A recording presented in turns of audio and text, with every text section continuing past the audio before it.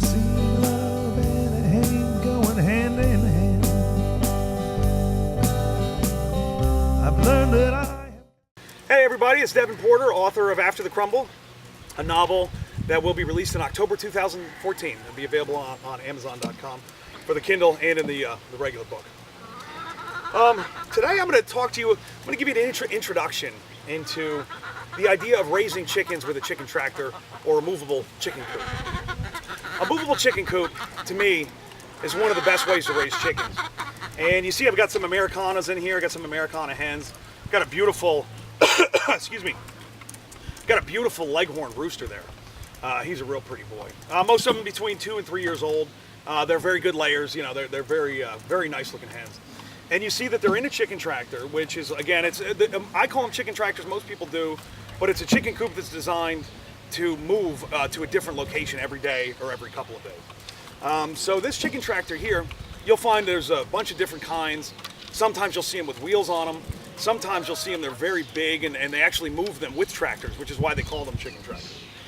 This one is actually designed to be moved by hand, and it's designed to go up and down rows of blueberry bushes or fruit trees or something like that. And it's a great and a very beneficial arrangement because you've got the chicken poop. It's very high in nitrogen. It's a very, very good fertilizer. So the chicken poop is actually fertilizing the blueberries as they get moved. And you know, if you look, you know, they're very recently moved. So they got nice fresh grass, and you see they're picking away at it, having a great time. And then if you look at the spot where they just were, you see that's about a day and a half, 2 days worth of time spent, you know, on this little piece of land. And you can see what they've done to it. They've cleaned out a lot of the bugs. They picked up a bunch of stuff. They pooped on the soil. They've cleared out some of the grass. So all this is very beneficial. This is all things that we really want. And then you can see the blueberry bushes right here. So, you know, you just pull it every couple of days to a new spot. And I'm going to give you an introduction today, and then at some point we'll actually show you how to build one. And this is a pretty good model. I'm pretty happy with this one, but the next one that I'm going to build, I believe, is the perfect design for what it's intended for, which is going up and down rows of fruit trees or fruit bushes. So the other trick that I want to point out today during the introduction is this is actually a laying tractor. So you can see here,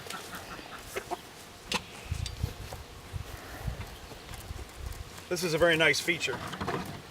You can reach from the outside. They lay their eggs in these boxes. You can get to the eggs that way. I already grabbed them for today, so there's none available for us. Oh, and there's a little baby sitting in there. Hello. So, and the other thing that I want to point out today, I'm not sure how well we're going to be able to see this. This is important when you're just getting into chickens. When I first started raising chickens, I learned it all from Grit magazine and Mother Earth News and things like that. And I went through all this trouble with waterers. Couldn't seem to figure out how to water these chickens without letting it just get disgusting and terrible. And about a couple years into it, I learned about the chicken nipple.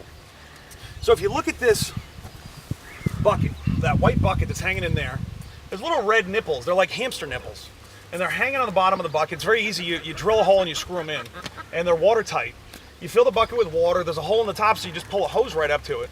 Clean the bucket out about once a week with a little bleach solution just to make sure it stays clean. But other than that, you really don't have to mess around with their water. And it's up off of the ground. And, you know, it doesn't get dirty or anything like that. And the other thing is the fact that the chicken nipples are red attracts the chickens, and so they hit it the first time out of curiosity. They get water out of it. So if you put in one of these little contraptions, the whole thing will cost you about $7 or $8. The chicken nipples are about 50 cents a piece. You can find them online. And of course the bucket, you know, everybody knows where to find a nice 5-gallon bucket. And so that's pretty much it. That really saves you a lot of heartache when it comes to watering your chickens. You can see they're drinking it right now. Getting a little nice cool water. I just refreshed it because it had gotten a little bit warm. So I gave them some cool water, and they're having a great time drinking their little water there. So that's a nice little hint that nobody told me, and I wish that somebody had, because it made my life a lot easier. So the water is important. And as for the rest, we'll teach you how to build this thing later. But that, yeah, like I said, that was a nice little hint for how to do the water. Okay, I think that's a good enough introduction for today. Thank you very much, everybody. Have a great day. to make a stand. Seems like the fate of the world is in my hands.